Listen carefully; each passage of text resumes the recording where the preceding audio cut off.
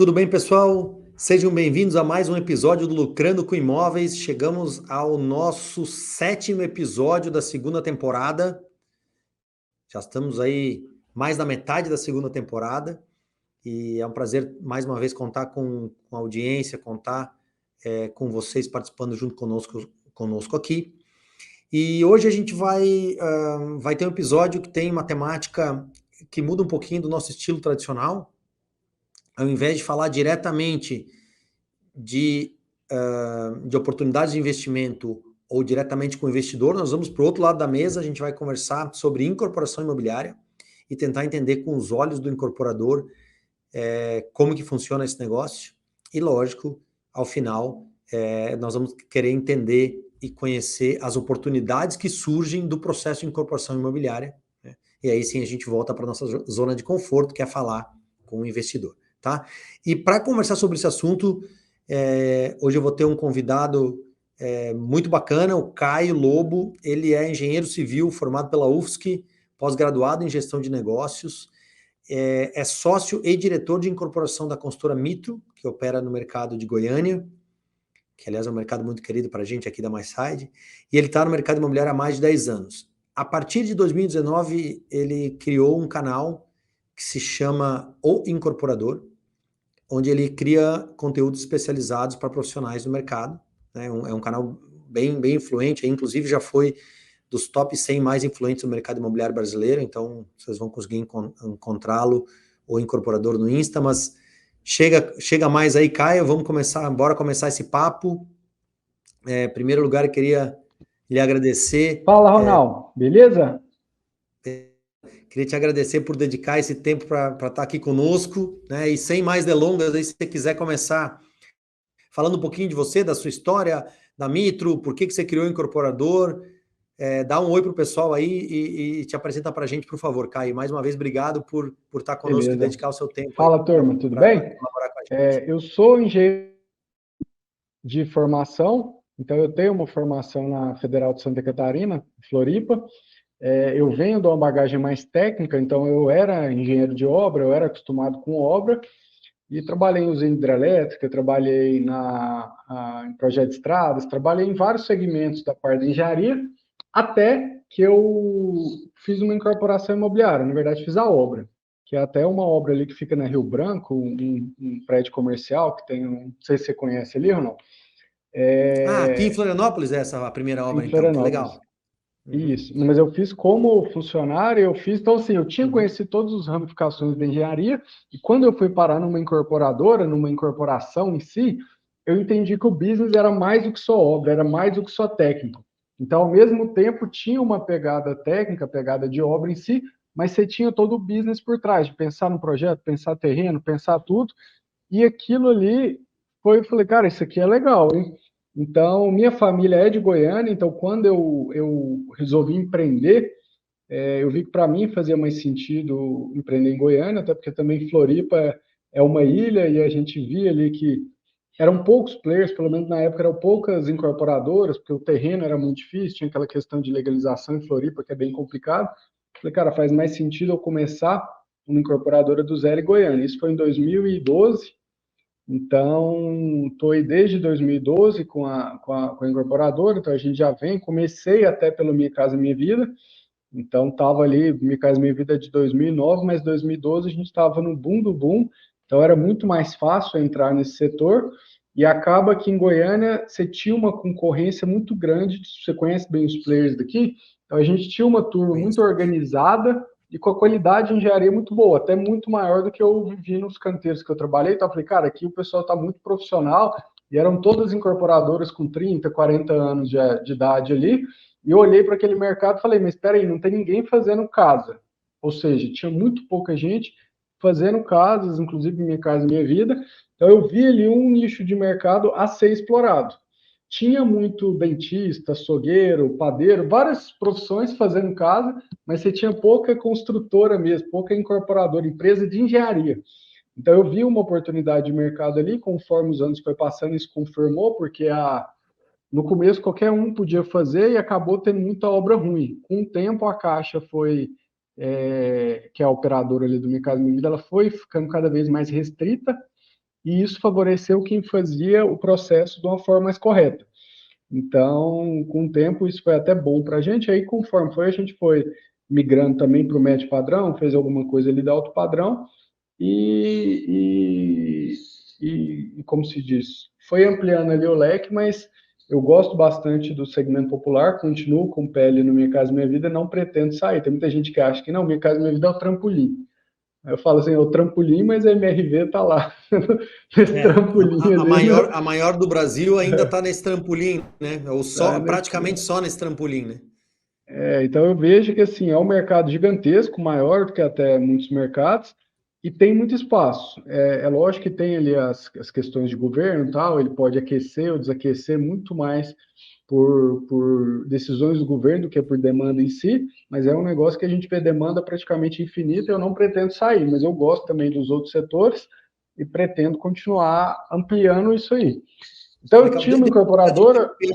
Deixa eu te interromper antes de você continuar, só para falar num ponto que já ficou claro, por coincidência, tá, pessoal? Eu e o Caio nos conhecemos por outras questões aí da vida, porque eles estavam fazendo um concurso de podcast mais influentes, nós participamos, mas o Caio, ele estudou aqui em Florianópolis, onde eu estou, né?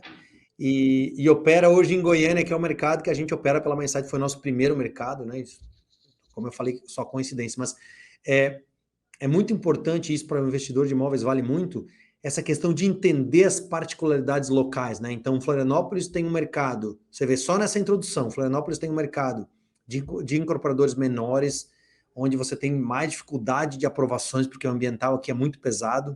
Goiânia, dentro da cidade de Goiânia, tem grandes incorporadores que são super profissionalizados, mas eles operam um pouco, operavam um pouco no horizontal, né? Era mais com prédios, com o que a gente chama de vertical.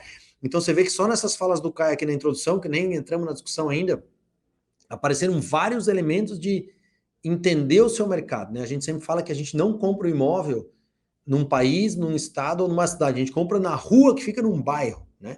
Então, no fundo, entender com detalhes o local onde você vai atuar no mercado imobiliário sempre é mandatório. Desculpa, Caio, mas eu quis fazer esse comentário porque são tantas coincidências aqui não planejadas que eu achei que valia a pena fazer o comentário aqui. Vale a pena. Aí, até quando você leu ali a introdução, você falou, eu estou desde 2009 também produzindo conteúdo. Então, eu trago muita informação ali para o mercado imobiliário, tem o Instagram Incorporador, tem a newsletter Incorpora News, eu sou professor ali de alguns cursos, tem um curso sobre incorporação, tem uma imersão também. Então, eu venho abrindo esse leque mais educacional. E como é que isso começou? Você tinha até perguntado ali, beleza, mas de onde que veio isso? Eu já era incorporador há alguns anos e eu resolvi que a gente tinha que ter uma presença maior digital. Isso ali para 2017, 2018 e tal. E eu fui conversar com um cara, eu estava fazendo uma pós-graduação na Dom Cabral, e eu fui conversar com um cara que era o fera do marketing. Ele tinha até conta de várias incorporadoras grandes, o cara sabia muito de marketing. Aí eu fui perguntar para ele, cara, eu tô querendo investir mais, principalmente na parte digital, ter mais rede social e tal. A gente movimentava muito pouco naquela época. Aí ele virou para mim e falou assim: você acompanha as redes sociais das incorporadoras, das consultoras? Eu falei: sim, acompanho todas, eu acho que eu devo seguir a maioria delas. Pois é, você gosta do conteúdo lá? Eu falei: cara, não, eu acho uma bosta, é um saco, digamos assim. Não é legal, ou era um negócio muito promocional, ou ficava dando dica de decoração que ninguém queria saber. Resumindo, era um negócio muito pouco atrativo para a rede social. Aí foi o que ele me alertou, ele falou assim: cara, o pessoal está na rede social para ver rosto, para ver cara. Ninguém está lá para ver empresa. Então, entenda isso. Aí na hora eu falei, pô, eu fui pedir pro cara que tinha conta das redes sociais das grandes incorporadoras e ele me falou isso. Então, o que que eu vou fazer? Em vez de eu focar nisso do Instagram da consultora, eu vou focar, criar um perfil pessoal, aí eu fui pensando que valia a pena fazer, mostrando a rotina. Então, o que que era a minha ideia? Se eu me conecto com o público, se eu consigo mostrar o caminho da incorporação, o dia a dia, o público vai se conectar comigo e aquilo vai trazer uma porta maior de venda, que é o que a gente vê hoje o Benchimol da XP, o João Adib da Cimet fazendo muito bem. Ele gera uma conexão e acaba fortalecendo ali a marca. Só que para mim não foi isso que aconteceu. Quanto mais eu aparecia, quanto mais eu falava de mercado, quanto mais eu trazia informação, quem me seguia era outros construtores e outros incorporadores. Então, acabou que eu fui identificando, falei assim, cara, essa galera tá carente, tanto por informação, quanto por conhecimento em si. O pessoal tá procurando e não tem. Aí eu fui olhar, cara, a gente falou do MRV, o Rubens Menin não tá, pelo menos naquela época não tava, agora eu fico até vendo os vídeos que ele faz, mas a turma ali dos grandes é muito backstage. A galera de incorporação imobiliária mesmo, ela não gosta de aparecer. Então você fica vendo ali e fala, cara, tá todo mundo escondido, ninguém fala desse mercado, ninguém fala do negócio. Então, quando eu comecei a falar, trazer mais às claras o que realmente acontece, eu vi que isso deu uma dimensão muito grande. Então, conforme o tempo ia passando, conforme ia fazendo mais coisas, foi aparecendo mais interessados nesse sentido. Até mais recentemente tem uma onda também de corretor de imóveis que acabou me seguindo para aprender também, viu? Muito pela parte do movimentação de mercado, dados e tudo mais. Então eu criei para uma coisa que foi muito voltada para atrair cliente, mas não atraiu cliente. O tráfego pago fez esse papel aí. Mas do outro ponto me atraiu muita oportunidade, muita abertura. Então hoje eu faço muita palestra no Brasil inteiro, eu trago muita informação do mercado e a gente acabou criando um braço aqui educacional em si, que eu via que era uma carência no mercado. Então, parte ali eu estou fazendo a incorporação imobiliária, eu continuo desenvolvendo, fazendo nossos empreendimentos, mas agora a gente também ensina muito a parte teórica e prática, né? Para quem quer atuar na área, ou para quem já atua, mas quer escalar mais o negócio, quer aumentar o volume e tudo mais. Que legal. E para quem não sabe, não conhece ainda, o canal chama-se O Incorporador, né? E é um canal que tem aí, eu acho que 140 mil seguidores no Instagram, né? Que para esse mercado é muito, né? Então, inclusive o Caio e o pessoal do Incorporador foi que recentemente promoveu um concurso aí de podcasts mais relevantes no mercado e nós aqui do Lucano ficamos em terceiro lugar. Obrigado, Caio, por nos ter dado essa oportunidade e essa projeção para a Parabéns gente. É aí muito importante. pelo terceiro lugar. Obrigado. Cara, que legal. Bom, então, aí você falou, 2019 criou o incorporador e desde então você está tendo esses dois braços, quer dizer, tanto como incorporador em si, mas também nesse braço educacional, né? Mas vamos começar agora aqui as nossas vias de fato.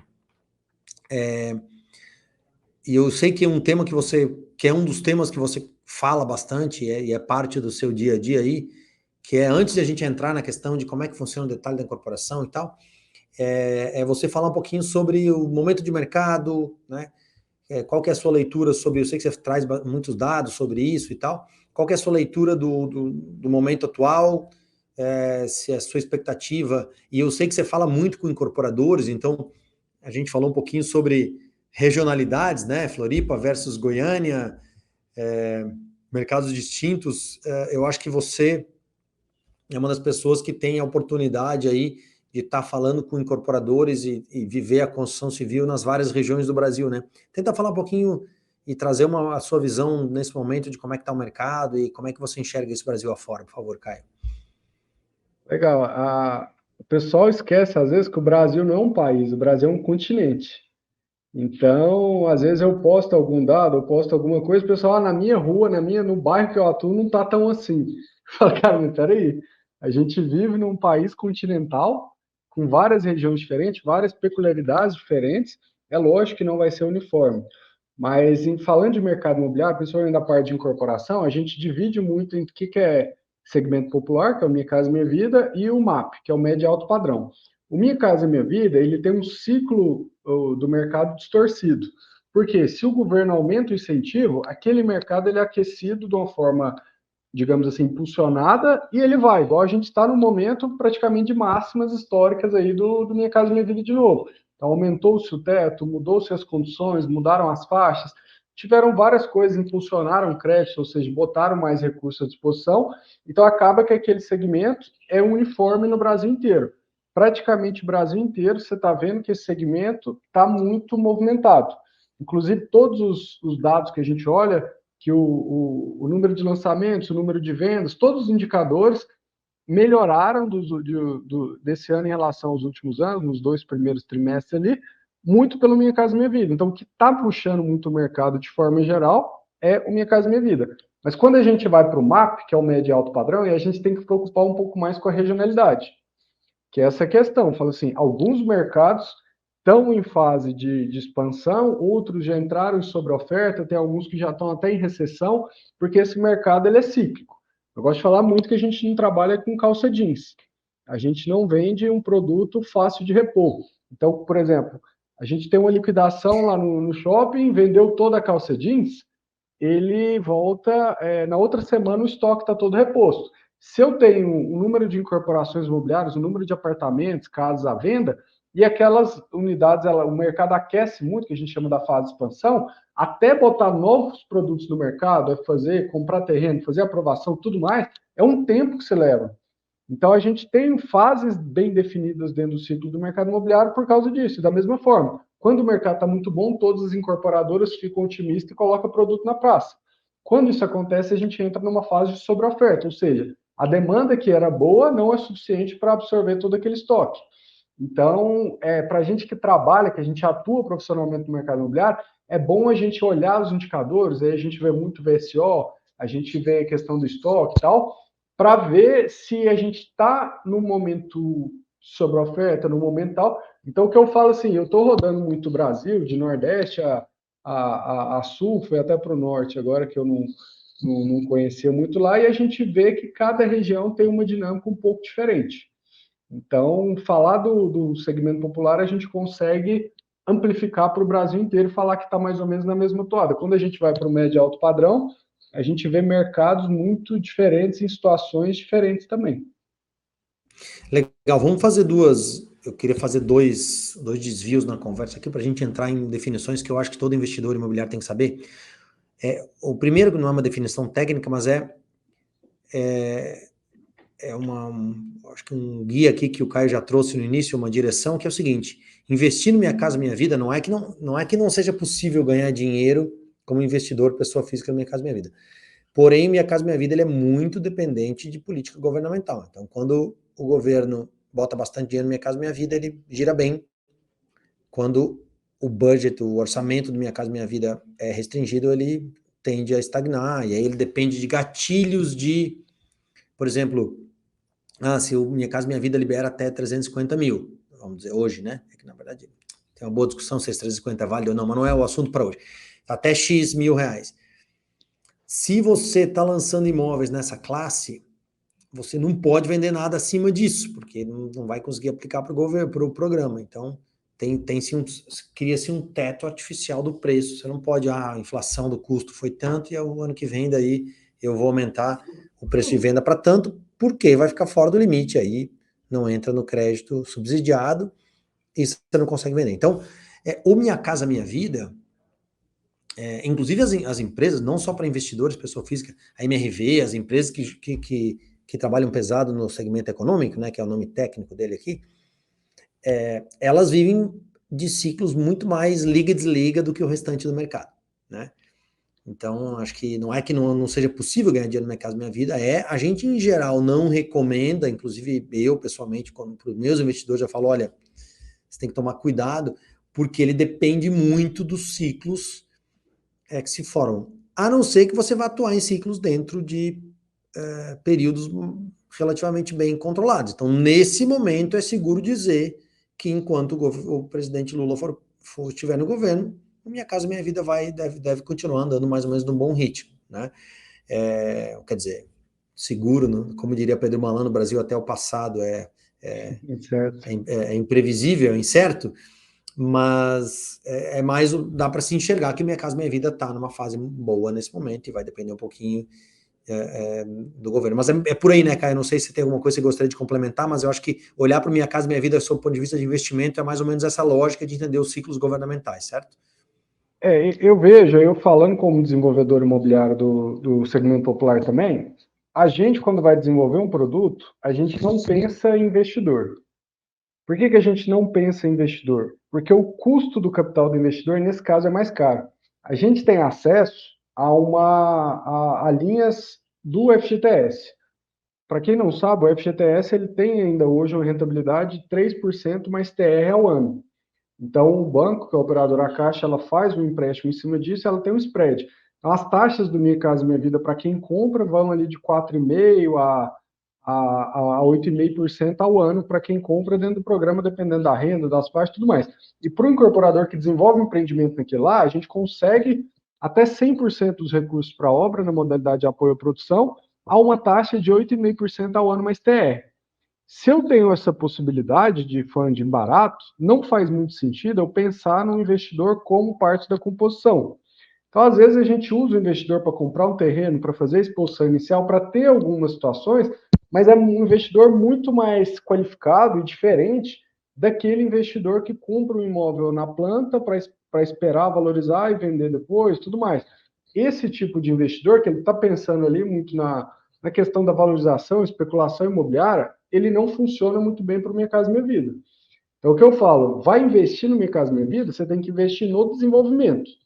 Porque aí tem chance reais, porque às vezes você vai conseguir comprar uma área muito barata, que é uma área que os outros mercados não estão olhando, é uma área, digamos assim, com a localização relativamente ruim, mas a um preço muito barato, e na hora que a gente joga aquilo para dentro do empreendimento, dá uma baita de uma rentabilidade sobre o capital investido naquela área. Então tem várias formas de se investir, mas esse investimento, não sei nem se tradicional ou não, mas esse investimento mais de investidor comum, né, não do investidor profissional nesse sentido, ele acaba não funcionando muito bem, por isso que você falou, a gente tem teto de valorização, então se a pessoa compra aqui esperando que vai valorizar tanto, provavelmente não vai. Então, o nosso público final, por exemplo, eu lanço o empreendimento, 100% das unidades, inclusive as do terrenista, a gente já vende tudo, nossa gestão, então até isso é uma diferença. No Minha Casa Minha Vida, a gente costuma trabalhar mais com permuta financeira do que com a própria permuta física. Porque é tão líquido aquele tipo de imóvel, eu tenho tanta certeza que eu vou vender, que eu prefiro fazer aquela gestão completa, porque fica até mais fácil de organizar as pontas. Então, Minha Casa Minha Vida é bom de investir? É, para o desenvolvedor e para quem entra em fases não de compra do imóvel em si, mas de negócio. Agora, essa ideia de comprar para valorizar e quando tiver pronto vender, tal, eu concordo com você que não é muito eficiente. Pode ser que um caso ou outro dê certo, fique bom, mas na maioria dos casos eu não acho que é uma negócio. Porque você pega um negócio que é altamente líquido, a maioria da demanda do déficit atribucional está ali, então a gente tem cliente basicamente limitado, e você pega um cara que ele está comprando num valor de mercado e ele quer revender num valor maior. Então ele sai daquele público, como ele aumenta o volume, ele acabou às vezes saindo do mercado Minha Vida ou dificultando ali. Então ele pega um produto feito para vender com uma liquidez alta e acaba ele tendo uma dificuldade maior de liquidez porque ele aumentou o preço. Sim. Isso é legal porque eu estava mencionando o fato do preço do produto não subir, que é um dos fatores, e o que o Caio trouxe é, é que não há normalmente espaço para entrar como investidor de funding, ou seja, você investir durante a construção, por quê? Porque o dinheiro do Minha Casa Minha Vida é o dinheiro mais barato do mercado, que na prática, por serem moradias populares, o governo subsidia o crédito, né? Então, 8,5% ao ano mais TR só se consegue fazer isso porque esse dinheiro vem do FGTS, né? Ele E o não é, na FGTS verdade, o morreu. governo, é o É o trabalhador que trabalhador que subsidia, né? subsidia. Porque As políticas, é isso aí. Por isso que todo mundo quer tirar o dinheiro da FGTS, e by the way, se você tiver com seu dinheiro na FGTS, saia dele o mais rápido possível. Se você não tiver um apartamento ou nem um imóvel na região que você mora, você pode gastar ele todo, sai, escapa, porque não existe investimento pior no mundo do que manter o seu dinheiro no longo prazo no FGTS, ele vai te pagar o mínimo possível, porque o governo utiliza o FGTS para fazer política pública de incentivo à moradia. Quer dizer, eles pegam um negócio que era para ser positivo, na verdade, né? Porque incentivar política pública ou moradia popular faz todo sentido, mas o problema é que quem paga a conta é o trabalhador. Mas não vamos entrar nesse mérito agora. Então, são duas coisas. Quer dizer, primeiro que os valores do Minha Casa Minha Vida são definidos pelas tabelas lá, né? Então, os limites e sobe-se e tal, e aí se você tem um imóvel, se o seu público-alvo é a Minha Casa Minha Vida, e o seu imóvel vai ficar mais caro que ele se ficar fora, então por isso que não tem como valorizar. E segundo, que o funding mesmo, o dinheiro que entra para financiar as obras, é um dinheiro que é um dinheiro com juros subsidiado, né? Um dinheiro com juro muito baixo. É por isso que não tem oportunidade para investidor. Né? E aí a gente cai lá no médio e alto padrão, né? Que é também, para mim, é o tipo de mercado que eu atuo com mais facilidade, aonde nós, da MySide, atuamos. E aí você trouxe dois termos que eu acho que qualquer investidor deveria saber, e talvez mais alguns, só para ainda ficar na questão técnica. Você falou sobre VSO e falou sobre estoque, né? E aí você definiu os 3 ciclos do mercado, né? Que é expansão, sobre oferta e recessão. Tenta falar um pouquinho como que essa questão dos ciclos de mercado se comportam. Acho que isso é muito importante, porque é um mercado, todos os mercados, a economia capitalista gira em ciclos, né? Mas no mercado imobiliário, esses ciclos eles são mais palpáveis, a gente enxerga eles acontecendo claramente, né? E eu acho que é bem claro isso, o que o Caio trouxe, isso é regional pra caramba, a gente atua na MySide em 5 regiões, hoje acabamos de entrar em São Paulo, em Campinas, São Paulo, e cada mercado você vê num momento diferente, dá para ver assim claramente isso. Agora, fala um pouquinho dessa questão dos ciclos e como e quais são os indicadores que se utilizam para medir ciclos VSO, estoque, etc. Acho que é importante para todo investidor conhecer esses conceitos, Caio. Por exemplo, vários desses itens, para quem quer investir em imóvel, eu não sei nem se é muito importante, mas para o incorporador porque quando a gente vai lançar um produto, o que a gente olha? Se eu lançar 300 apartamentos, pelas métricas que a gente tem de pesquisa, tudo, tem épocas que a gente olha para aquele mercado local, cara, nessa região, se a demanda continuar igual até hoje, ninguém mais lançar, em 11 meses, em 10 meses, em 12 meses, todo o estoque acaba. Então, é um olhar que a gente tem. Beleza, se ninguém lançar mais nada, acaba. Então, a gente vai continuar lançando, vai ficar numa toada de venda boa. Mas tem casos que a gente fala ali que é a época da sobreoferta e tudo, que se ninguém mais lançar imóveis na cidade e a demanda continuar igual tá, esse número chega a 20, 30 vezes, 30 meses. Então, é o que a gente olha como um mercado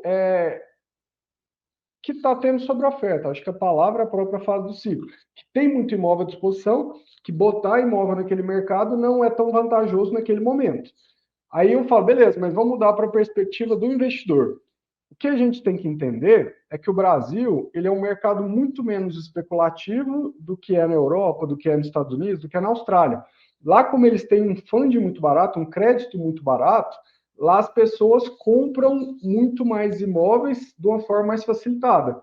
Se é muito mais fácil comprar em relação a crédito, a especulação imobiliária acaba elevando muito o preço do imóvel, que é o que até ficou muito conhecido como a bolha imobiliária. A pessoa está tendo uma demanda, eu vou construindo, vou vendendo, vou subindo o preço acima do valor intrínseco do imóvel, e de repente o mercado entende que aquilo não tem mais aquele valor e o preço cai. O Brasil vive um cenário muito diferente disso. No Brasil, o que acontece? Vendo até pelo lado do incorporador, geralmente a gente tem nossos indicadores que a gente fala, cara, para eu entrar nesse projeto ou não, tem que bater minha viabilidade. Então, às vezes, vai ser 20% de margem líquida, 2% ao mês de TIR, tem todos os indicadores ali que vai falar se a gente vai ou não naquele negócio. Então, a gente tem ali o parâmetro de custo de obra, tem ali o estudo de mercado que apresenta o preço de venda, né? E a gente faz tudo aquilo ali. Mas o Brasil é um mercado muito pouco especulativo, principalmente por conta do crédito.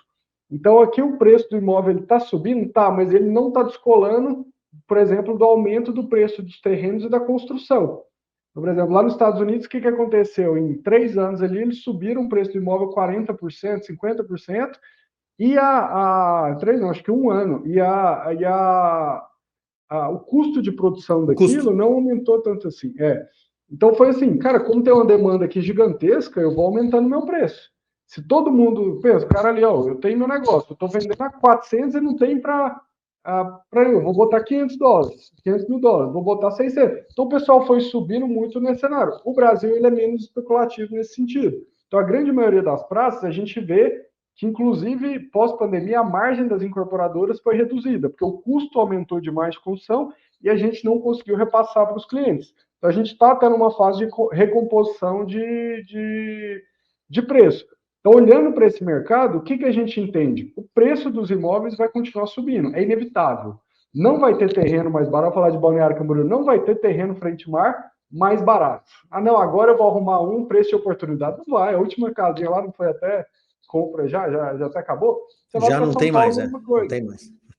quero um terreno numa localização boa. Esses terrenos são cada vez mais escassos, em boas localizações.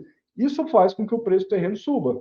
A mesma coisa com o custo de construção. A gente está passando por uma fase, inclusive eu tive lá no Constru Summit, era um dos assuntos da vez, a escassez de mão de obra. Está cada vez mais caro construir. Se está cada vez mais caro construir, esse valor vai lá para a ponta. Então, o que a gente vê do mercado do Brasil? O preço vai continuar subindo, é inevitável pelos próximos 5, 10 anos que esse preço continue numa subida. As incorporadoras não vão subir de uma vez, porque para muito o mercado, então o preço ele vai sendo gradual. E para o olhar do investidor, o que ele tem que entender? Nos mercados que ele está com expansão, geralmente o investidor ele acaba entrando naquele oba-oba. Fala, cara, tem que entrar nesse lançamento de oportunidade, tudo mais. Mas nos mercados que a gente vê a sobreoferta ou a recessão, o investidor tem que entender que aquele é o melhor momento para o investidor. Porque quando ele olha assim e fala, cara, aqui em Goiânia a gente tem muita a preferência por imóvel e apartamento voltado para nascente. Eu sei que em outras regiões, principalmente mais frias, isso não é um diferencial tão grande, mas aqui é absurda a diferença. É que Goiânia você tem que explicar a questão, você tem que explicar a questão da astronomia. Goiânia tem um sol para cada um, né? Então, visto que tem um sol para cada um, você pegar aquele poente entrando dentro de casa, sua conta de luz vai ser o dobro, né? Eu estou brincando, mas é isso mesmo, isso é bem um regionalismo, né? Em Goiânia, nascente, poente vale nada aí. Enquanto aqui em Santa Catarina, em regiões de praia, a face sul é muito desprezada, porque aí é muito frio, o Curitiba é a mesma coisa, né? Em Goiânia, a face sul é uma boa face, porque é isso aí. Mas em Goiânia, o nascente é o preferido, né? Exatamente. Então, quando a gente olha no ponto de vista do investidor, o que o investidor quer? Que as unidades que ele comprar, que o investimento que ele fazer se valorize. Só que se ele compra numa fase de sobreoferta, ele tem menos opções, ele tem menos condição de negociar. Se ele compra numa fase de expansão. Mas se ele já vem no mercado numa hora que o mercado está mais desaquecido, eu falo, cara, essa é a melhor hora. É a hora que o incorporador vai aceitar o maré do cara na entrada, vai aceitar aquele apartamento ruim do cara antigo na negociação. É uma hora muito mais aberta para negociação, para fluxo de pagamento, para tudo mais. Então é importante entender que o Brasil é um mercado que a tendência ali pelos próximos 10, eu acredito que até mais, é de alta de preço. O preço vai continuar subindo, não acelerado demais, porque a renda não comporta. A gente tem vários motivos econômicos que impedem que as incorporadoras subam o preço de uma vez para recompor o custo, mas ele vai sendo subida gradual. E quem investe antes dessa subida vai ganhando, vai tendo condição de ter um melhor investimento. Aí eu olho muito também para a situação do crédito. Hoje tem dados que falam ali entre 10% a 20% o crédito imobiliário nacional sobre o PIB, que é uma proporção que a gente tem. Você vai para o Reino Unido, você está falando de 120% sobre. Então, o crédito imobiliário é maior que o PIB. Você vai para outros países, alguns países da Europa, está lá 70%, 80%. Então, todos os países têm uma taxa de alavancagem, até porque o juros dele é muito mais barato, muito maior que no Brasil. Então, olhando para o Brasil, olhando o Brasil com otimismo, o que a gente enxerga? Cara, o Brasil ele tende a ter uma robustez econômica cada vez maior com o tempo. A gente olha para o BRICS, a gente olha para o agro, todas as oportunidades que a gente tem, e quanto mais organizado isso for, isso vai ter um reflexo muito direto no mercado imobiliário. Então, eu acredito que hoje o preço ainda sobe pelo aumento de custo da construção, mas a gente vai ter no futuro uma fase mais especulativa pela melhora da economia. Então, ou seja, a gente vai ter picos de alta de preço dos imóveis muito grande em alguns momentos. Então, para quem investe, ele vai ter essas oportunidades de entrada e saída, de fazer isso, e isso eu acho que talvez seja um dos mercados singulares no mundo nesse sentido, que a gente tem oportunidades, muitas oportunidades, e tem meio que uma certeza que o preço vai continuar subindo. É diferente, por exemplo, Tóquio está tendo um problema lá de risco de bolha imobiliária. Então, o cara que compra um apartamento em Tóquio, ele não sabe se quando aquele imóvel estiver pronto, se ele comprou na planta, ele vai estar valendo menos ou mais. Porque eles estão num processo lá de bolha imobiliária. O Brasil ele não tem fundamento de bolha imobiliária, ele tem fundamento de aumento de preço para muitos anos aí. Então, eu acho muito válido o investidor, para quem vai investir no imóvel, entender que o Brasil tem uma oportunidade muito grande pelos próximos, talvez, 10, 20, 30 anos aí nesse sentido. É uma coisa que eu falo bastante, que eu não sei se queria que você também complementasse aqui o meu pensamento, mas tem uma diferença do mercado brasileiro em relação aos mercados internacionais, é que já que o crédito, já que o dinheiro custa tão caro no Brasil, e isso é histórico, não é de hoje, né? O que acontece na prática é que o investidor pessoa física, ele participa como, mesmo quando você compra um imóvel na planta tradicional, ele participa do funding naquela obra, que a gente paga durante a construção, né?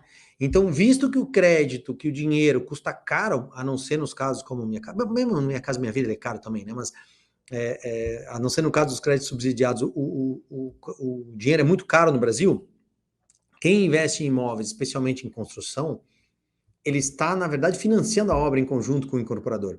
E por isso que ele recebe o retorno desse capital como se estivesse investindo como se fosse um banco, né? Então, no fim das contas, no Brasil há uma mistura em que, sendo quem vai dar o funding, quem vai ajudar o incorporador a pagar a construção, e nós vamos falar de outros métodos daqui a pouquinho, o investidor, na verdade, está tendo um investimento nos modelos do mercado financeiro, já que buscar o dinheiro fora é tão caro. E aí você acaba tendo rentabilidades que são mais altas, porque você está, além de vivendo das valorizações, você está sendo... É como se o investidor pessoa física, como se ele fosse uma entidade do mercado financeiro, que é o que acontece nos outros lugares do mundo. Né? E com muito menos volatilidade para o mercado financeiro. Né? Isso aí, exatamente isso. E aí a gente junta, e eu costumo dizer assim, a minha metáfora aqui, a forma que eu costumo explicar é a seguinte, beleza, então a gente conhece a floresta, né? A floresta funciona assim. Porém, mais importante, ou tão importante quando conhecer o que está acontecendo na floresta, é escolher a árvore certa, né? Então, se você... Porque o que a gente está sempre buscando? A gente está buscando locais, imóveis, empreendimentos, projetos que têm uma demanda maior do que a oferta. Sempre é isso, né? Então, se eu estou escolhendo lá o mercado, não importa qual é, mercado de Goiânia, que é onde o Caio atua, eu estou vendo lá, e aí tem as regiões, tem os bairros, e aí você está olhando para projetos ou uma região, um bairro que está tendo uma demanda crescente, e por isso a gente aposta no projeto. Mas se dentro daqueles projetos você escolher aquele que apresenta uma qualidade conceitual, que o projeto é mais interessante para o cliente, que tem um desenho que a tipologia agrada mais. Então, lá em Goiânia, o povo gosta muito de receber. Então, se eu estou olhando de vertical, é uma área externa que é mais interessante. Se inventou o compacto de luxo com piscina na varanda, enfim. Se você traz um conceito que agrega mais valor, que geralmente vem dos bons incorporadores, né, das pessoas que são do mercado, você vai estar dentro da floresta escolhendo a árvore certa. E aí sim a rentabilidade se apresenta de uma forma mais interessante, certo? Exatamente. Legal. Bom, falamos um pouco disso. Eu queria falar um pouquinho agora dos formatos, das diferenças, diferentes oportunidades que tem. E aí eu vou começar explicando aqui rapidinho, Caio. Corporação tradicional, que é o que a gente está falando aqui, né? Então eu entro cofinanciando com o incorporador, eu compro na planta, né? O Brasil tem uma lei específica para isso, que é uma lei super antiga, lá de 1964, é uma coisa bem brasileira, né? Eu não sei, você é um estudioso mais do que eu aí, Caio, talvez, não sei se tem um outro país do mundo que tem uma coisa tão específica como uma lei para que as pessoas comprem imóvel na planta, acho que não, né? Ou pelo menos não que eu saiba. É nesse formato do Brasil, não, mas vários países eles têm uma regulamentação nesse sentido também. Até eu fui numa palestra uma vez do Shaul, porque o modelo de alienação fiduciária, tudo que veio do Brasil, ele trouxe inclusive do mercado de Portugal. Uhum. Então, existe nos outros países, mas do jeito que é aqui, acho que é um pouco particular nosso aqui. Porque a gente tem uma lei específica para se comprar imóveis em construção, né? Que é a lei de incorporação. Eu acho que isso é bem específico. É isso aí. O restante da estrutura é muito parecido. A alienação fiduciária é parecido e tal, ou é baseado em modelo internacional, mas a gente tem uma lei para isso. Então, essa é a forma tradicional de investir, ou seja, você vai comprar um imóvel na planta e vai pagando para a construtora até que ela lhe entregue. Há outras formas de investir, como, por exemplo, os imóveis a preço de custo, em que você é o incorporador, né? Você entra como incorporador daquele empreendimento e há uma gestora da obra, né? Há um administrador da obra, que na prática é quem acaba cumprindo as vezes de incorporador, mas ele está representando você. Então, se você entra no imóvel a preço de custo, o que acontece é que geralmente você está comprando o metro quadrado previsto mais barato, né? Não há envolvimento de banco ou de ninguém no funding, quer dizer, as pessoas que estão investindo no imóvel, elas pagam a obra durante, né, enquanto ela vai acontecendo, então você paga 100% do que vai ser gasto na obra até a entrega das chaves, porque não existe nenhum financiamento externo, né? Só que você não tem as vantagens ou as proteções, vantagens, mas as proteções que a lei de incorporação traz e que, no fim das contas, por exemplo, se houver um atraso na obra, você é o incorporador em conjunto, então não tem nenhum tipo de multa ou penalidade para o administrador. Ou se houver uma variação de custo, né? Na verdade, a lei é a mesma. A lei ela foi criada muito pelo condomínio, a 4591, ela foi muito criada para regulamentar esse negócio de habitação em conjunto e tal. E dentro disso pensou, beleza, mas vai ter vender, como é que vai ser a venda e tal. Mas ela é a mesma lei para os dois. O que que muda, basicamente? Na obra preço de custo, que é isso que você falou, tem gente que gosta de chamar de incorporação pura, ela o incorporador ele está ali, mas ele não existe uma relação de consumo. Porque tem muita gente, vou processar a incorporadora. Fala, cara, não tem incorporador aqui. Você tem uma gestora ali da incorporação e tal, mas ela não existe uma relação de consumo. São todos sócios daquele negócio. Então, se tiver problema na obra, se tiver acidente de trabalho, sei lá, tem várias coisas que pode recair pelos sócios. Então, geralmente é mais barato, por quê? Porque o incorporador ele tem uma rentabilidade fixa dele e o cliente tem, como se diz, o cliente tem uma coparticipação no risco daquele negócio.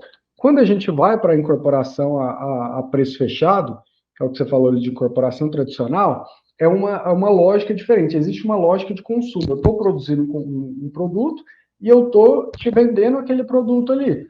Nessa lógica de consumo diferente, eu travo um preço, eu tenho a indexação, né, que a gente usou o INCC, o CUB, para ter atualização ali, mas eu travo um preço de venda, a pessoa me compra dentro daquele preço de venda e eu consigo, além da minha taxa de incorporação, do jeito eu tenho uma rentabilidade sobre o que aquele empreendimento dá.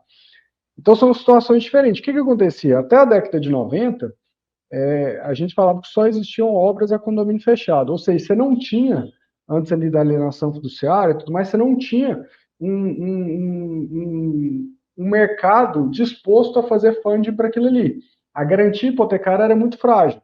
Então, o que acontecia? O cliente, se o banco financiasse um apartamento para o cliente e o cliente não pagava, como ele mora naquele produto, o banco não conseguia tomar.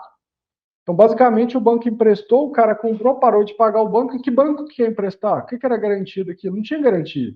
Ah, era bem de família, o cara mora lá, não dá para tirar, é só uma hipoteca, beleza.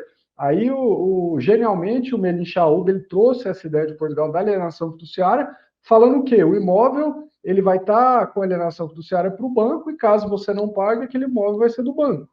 Por quê? Porque aí vai existir um apetite para fund, ou seja, o banco vai querer aportar naquele negócio. Então a gente sai de uma fase da década de 90 que todas as obras do Brasil eram em condomínio fechado, era no sistema de preço e custo, e a gente abre uma possibilidade de prazo. Em vez de você pagar um apartamento em 48 meses, em 60 meses, se for uma obra mais longa, você vai poder pagar o apartamento em 35 anos. Então, isso aumenta muito o tamanho do nosso mercado imobiliário, porque quantas pessoas dão conta de pagar um apartamento em 4 anos? O apartamento é, sei lá, 1,5 milhão, a pessoa ganha 10 mil por mês, como é que ela vai conseguir pagar esse apartamento dentro de 4 anos? Então, você acaba abrindo muito mais o mercado. O mercado imobiliário, até a década de 90, ele é muito restrito. Como a gente teve essa oportunidade de trazer o funding para o mercado, é um mercado que se abriu muito mais. Só que hoje, ainda, algumas, por regionalidades, acho que Balneário Camboriú é um caso desse, em Aracaju também eu já vi que existe mais obra a preço de custo que é obra do que preço fechado em si. Você tem alguns mercados ali que ainda trazem isso, principalmente em mercados de segunda moradia. Mas para 90% da população faz muito mais sentido você comprar um imóvel em 35 anos do que comprar um imóvel em 4 anos. Parcelar ele, porque você acaba tendo muito mais possibilidades. Para o lado do incorporador, a mesma coisa. Eu tenho meu cliente que é financiado, eu tenho a possibilidade de eu mesmo pegar um financiamento pela SFH ou pela SFI para ter aquele fund ali a um preço estabelecido, então eu consigo ter uma previsibilidade na minha conta para que eu chegue num preço fechado. Então, eu acredito que não são sistemas melhores, mas tem sistemas que funcionam melhor para determinado tipo de público. Então, eu vejo que a obra a preço de custo funciona bem para investidor e para segunda moradia. Mas a grande maioria das pessoas do Brasil precisam de um prazo mais alongado para pagar, que é o que o sistema bancário faz muito bem e o que as incorporadoras aprenderam a fazer nos últimos 20 anos, que é trabalhar com obra a preço fechado. Então, a previsibilidade para conseguir definir um preço antes mesmo da obra estar pronta. É isso aí. Inclusive, geralmente, para quem trabalha com investimento de imóveis de moradia, também o cliente de quem investiu a preço de custo, que vai acabar comprando para uso final, é uma pessoa que vai financiar e vai utilizar a alienação fiduciária e tal. Isso é uma coisa legal que o Caio mencionou, que não foi sempre assim, né? Então, a partir de um momento no Brasil, passou-se a utilizar a alienação fiduciária da forma que é hoje, inclusive com essa específica regulamentação de que mesmo que seja o único bem de uma família, se a dívida daquele imóvel ela veio do próprio imóvel, ou seja, para o financiamento dele, o banco consegue tomar o imóvel de volta, foi o que trouxe apetite a risco, aí eu trouxe os investidores para colocar o dinheiro nesse tipo de financiamento, né? Legal, a gente falou de a preço de custo, falamos um pouco da incorporação a preço fechado, né? Vou utilizar o termo correto aqui, então. E aí, uma coisa que a gente não falou é de permuta, né? Permuta é uma forma que, e aí você comparou no início lá, falando de permuta financeira, permuta física, eu acho que é legal explicar esses termos aqui para o pessoal. Também, de novo, gente, a gente está tentando falar hoje do que pensa o incorporador, como vê o mundo incorporador. Esses termos que a gente está falando aqui são termos super normais dentro da discussão dos incorporadores. Então, geralmente a permuta física, né? Você tem um terreno, aí você troca lá o terreno e fala, olha, eu quero receber 20%, 25%, 30%, se for um terreno mais bem valorizado, das unidades prontas, em troca desse terreno, né? Então, para o incorporador, o que acontece é que ele não precisa comprar o terreno, pagar pelo terreno, ele simplesmente assina um contrato, e aí quando as unidades ficam prontas, ele define lá, olha, 30% aqui vai para o permutante, essa é a permuta física, mas explica como é que funciona essa questão de permuta como um todo e como que isso traz oportunidades para investidores, Caio, por favor. Legal. É importante entender que não existe no sistema bancário de hoje, dentro do business como ele é construído, financiamento para terrenos da minha incorporadora. Estava até com o pessoal do Santander, eles estão querendo colocar alguma coisa desse sentido, mas muito mais parecido com o mercado financeiro. No sistema tradicional, o banco financia a obra, que é os famosos plano empresário, apoio à produção e tudo mais. Se eles financiam a obra, a incorporadora tem que comprar o terreno. Só que isso, para quem sabe, o fluxo de caixa, quanto mais no início ele mais pesado fica na conta, a conta fica pior. Então, para a incorporadora, muitas vezes não vale a pena comprar. Fala assim, cara, vamos descapitalizar, meu fluxo de caixa vai ficar muito negativo nesse início, às vezes não vale a pena. Mas se eu trouxer um terrenista disposto a comprar o terreno, ou o próprio dono do terreno atual, e ele receber aquilo lá em permuta, eu tenho uma condição muito mais favorável de fluxo de caixa, eu não preciso descapitalizar, eu consigo organizar tudo, só que eu estou disposto a dar uma rentabilidade boa nele por esse motivo. Então, o que a gente costuma fazer com terrenista? Geralmente, a gente tem quando é para o médio alto padrão, é muito mais comum a permuta física, né? Então, a gente troca ali a área do cara por unidades a serem construídas, geralmente no próprio local. Algumas incorporadoras trocam em outros imóveis já entregues também, mas geralmente é no próprio local. Beleza, vou construir 100 unidades aqui, se a gente está fechando 20% de permuta, dessas 100, aí tem que fazer a proporção de metragem de cada unidade também, mas da área privativa você vai ficar com 20%. por ser dono do terreno. Então a gente consegue montar isso e para o cara é muito vantajoso, porque às vezes o terreno dele cru vale, sei lá, 10 mil metros e ele vai pegar uma unidade lá na frente dele que vai valer, ele vai ter mais do que a área que ele tinha do terreno e cada unidade vai valer 20 mil metros, a área vai ser beneficiada ali. Então ele tem um ganho muito grande. Eu sempre falo que quando eu tiver incorporação é uma atividade muito cansativa, muito estressante. Eu falo, quando eu estiver num ponto tranquilo, até pelo know-how que eu tenho, tudo, quando eu tiver mais velho, não, agora eu quero aposentar e tudo, eu quero ser terrenista. Para mim, dentro do ciclo do mercado imobiliário, quem mais ganha dinheiro dentro da incorporação imobiliária é o terrenista. Mas por quê? Porque Inclusive... ele assume... Não, perdão, desculpa, pode falar, termina. Não, porque ele entra antes no negócio, ele assume um risco ali junto com o incorporador do negócio lá atrás. Então ele dispõe de um valor de dinheiro, aí não tem condição de. Geralmente não tem parcelamento, não tem nada. É um dinheiro grande que ele vai colocar ali e vai pegar lá. Então ele participa desse ciclo, ele é muito bem remunerado com isso, mas ele não tem digamos assim, a prestação de serviço, ele não tem atividade no dia a dia. Ele simplesmente está fazendo um investimento muito mais parecido com uma renda passiva. Então, dentro do que eu sei, do que eu acompanho na incorporação, quem acaba ganhando mais dinheiro é o terrenista, dentro dos investimentos que a gente vê. Não o terrenista que já... E qual que é o formato aqui, só para deixar claro aqui, o que o Caio está chamando de terrenista aí, tá, pessoal? Depois você volta, Caio. Assim, o terreno lá é de alguém, né? Muitas vezes uma pessoa mais de idade, que é herança, que não sei o quê. Aí vai ter uma construção lá. Só que essa pessoa de idade lá não está querendo, não quer ficar com o terreno na mão dela para esperar, sei lá, 5, 6 anos, né, entre aprovação de projeto, etc., lança, vende e tal, 5, 6 anos para receber. Então, alguém entra lá com dinheiro, bum, compra o terreno, né? E aí a pessoa compra lá o terreno, vamos dizer, a R$1 milhão, né?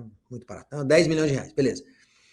Só que na permuta física, que é quando troca-se o terreno por unidades prontas, o incorporador entrega para o investidor, sei lá, unidades que são equivalentes a 20, 15, 20 milhões de reais, né?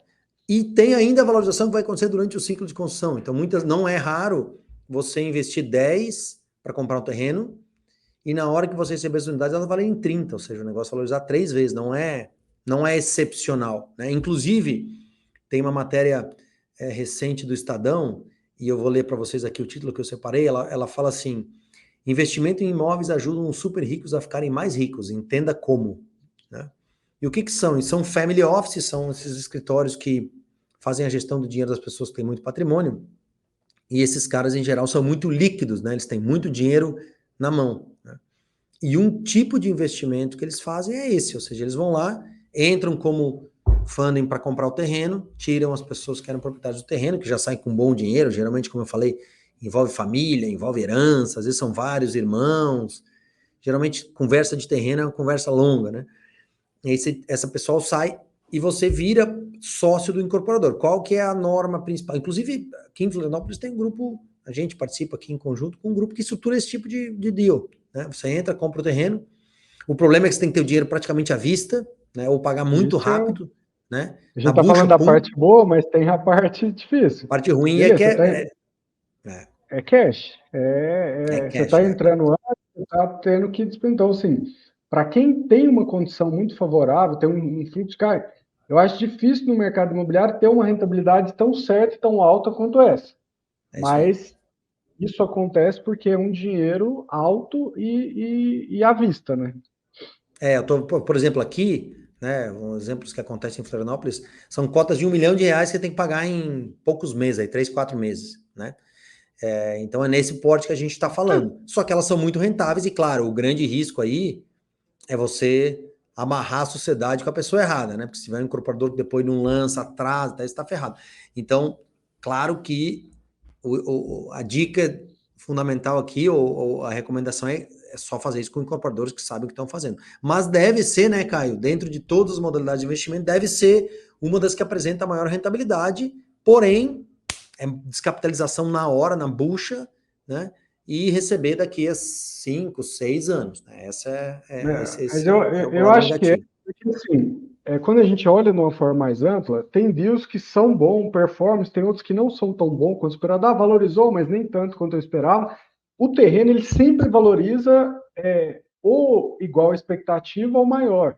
Então, tirando esses casos que eu vejo quando existe uma diligência ali, são raros os casos em que a pessoa tem problema nesse sentido, é só se realmente não pesquisar o incorporador, não entender o terreno, dar o dinheiro sem fazer uma diligência.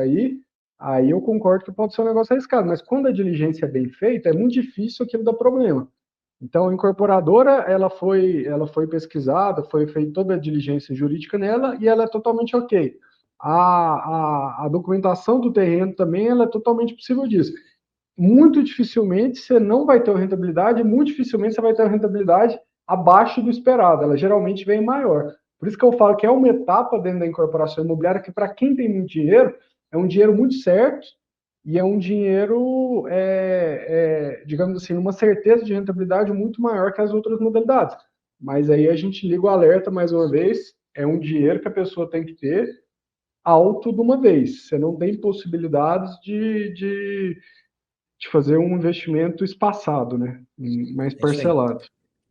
Não à toa, eu vou reler aqui o título da matéria do Estadão, ele fala assim, ajudam os super ricos a ficarem mais ricos, porque geralmente quem entra nesse tipo de investimento é quem tem muita liquidez, tem muito dinheiro para investir à vista, né?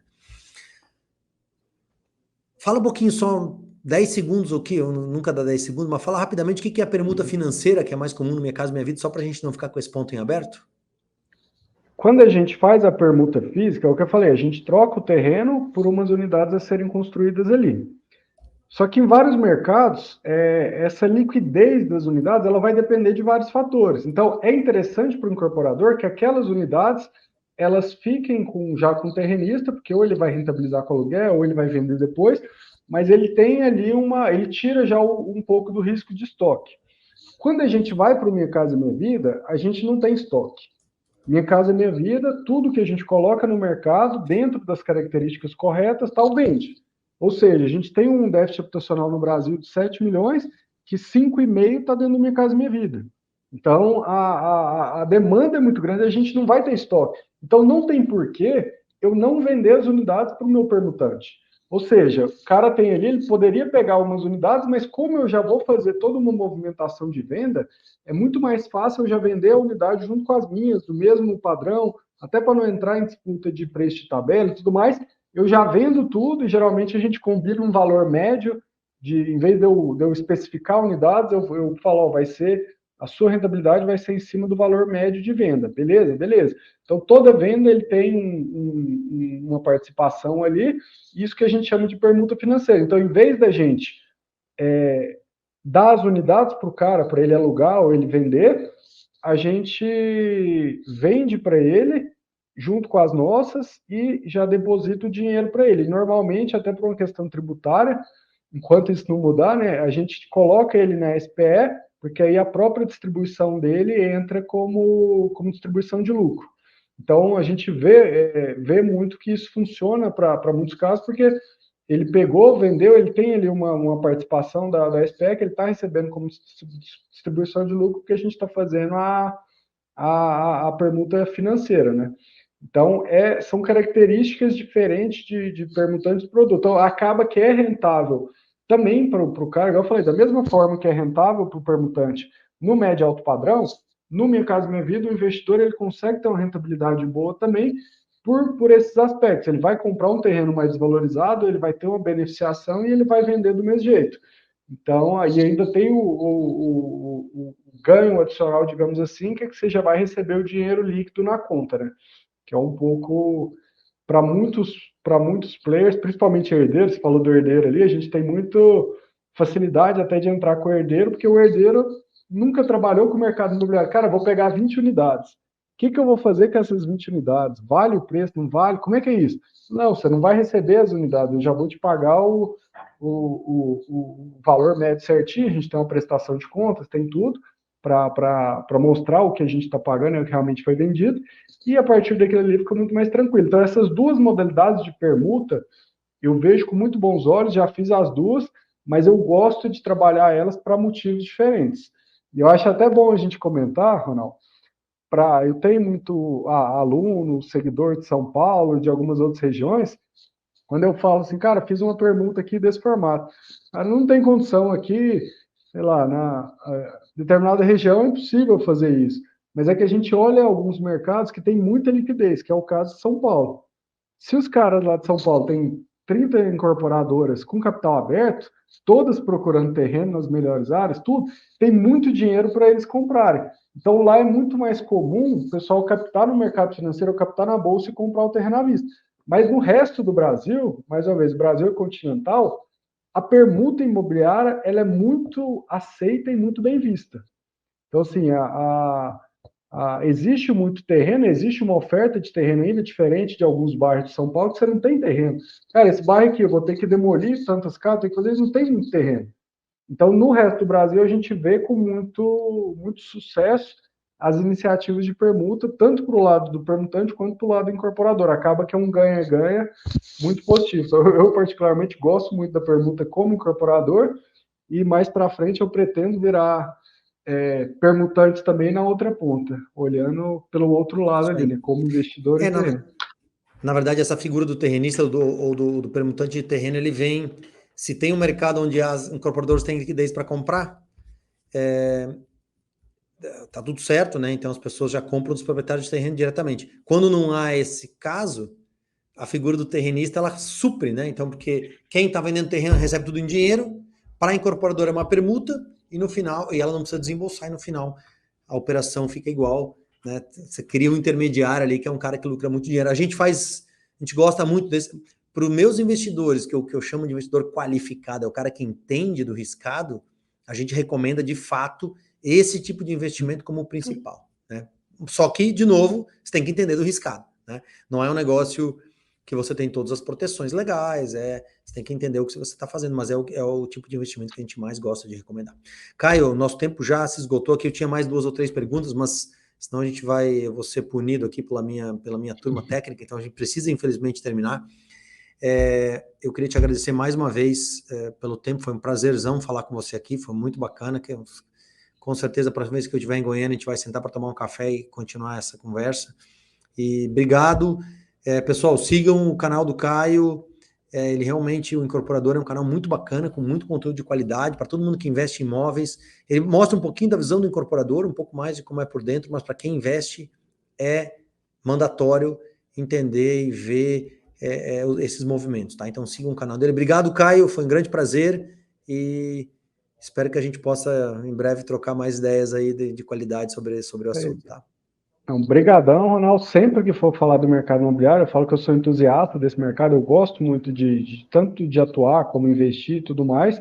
Eu até convido, além do canal Incorporador, a gente tem também uma newsletter que chama Incorpora News, ou digita aí no Google Incorpora News, ou vai lá no Incorporador e coloca no link, que é que a gente traz muito dados de mercado. Então lá a gente tem todos os indicadores do mercado, a gente tem notícias sobre o mercado, muito para trazer isso, porque eu penso, beleza, eu quero estar atualizado, se é um bom momento, se não é, o que eu tenho que fazer.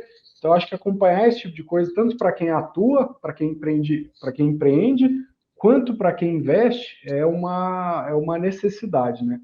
Então, tá sabendo o que está acontecendo. Então, além do canal, convido aí todo mundo, os ouvintes do Lucrando com Imóveis, seguir nossa newsletter lá também para trazer um pouco de atualização. E Incorpora News, você tem uma newsletter também? Você cadastra o e-mail, recebe? Como é que funciona?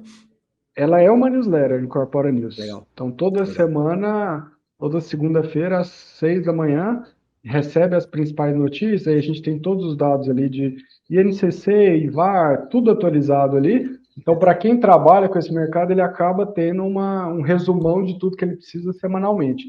É uma iniciativa que a gente vê sendo muito usada para quem atua no mercado, né?